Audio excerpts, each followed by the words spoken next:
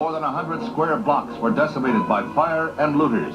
After the Los Angeles race riots in the 60s, some cities created heavily armed assault teams named SWAT for Special Weapons and Tactics. For years, SWAT teams were called out only in emergencies like a riot or bank robbery where hostages were taken. But their use has increased from less than one raid a day to today, maybe 100 raids every day.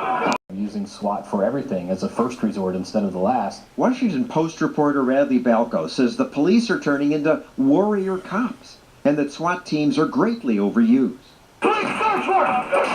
And in fact, today police use SWAT teams to raid truck stops that have video poker machines, barber shops, an organic farm, a frat house where there's said to be underage drinking.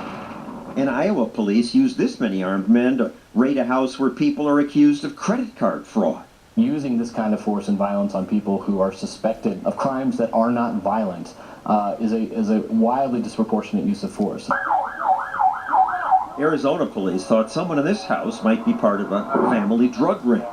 Inside with his wife and child was Jose Garina, an ex-Marine who'd completed 2 tours in Iraq and then worked in a local copper mine. He'd just gone to bed after his 12-hour shift. They take the door down to the battering ram. His son's in the house, his wife's in the house. He grabs his military weapon. They see this. One officer apparently tripped and fired his gun. The other officers mistook that for Jose firing at them. They opened fire. 71 shots. They killed Jose. His gun was still on safety. Inside the house, officers found no drugs or illegal weapons. I cannot fault an officer for shooting at a person who raises a gun at them. SWAT team veteran Steve Imes now teaches SWAT tactics.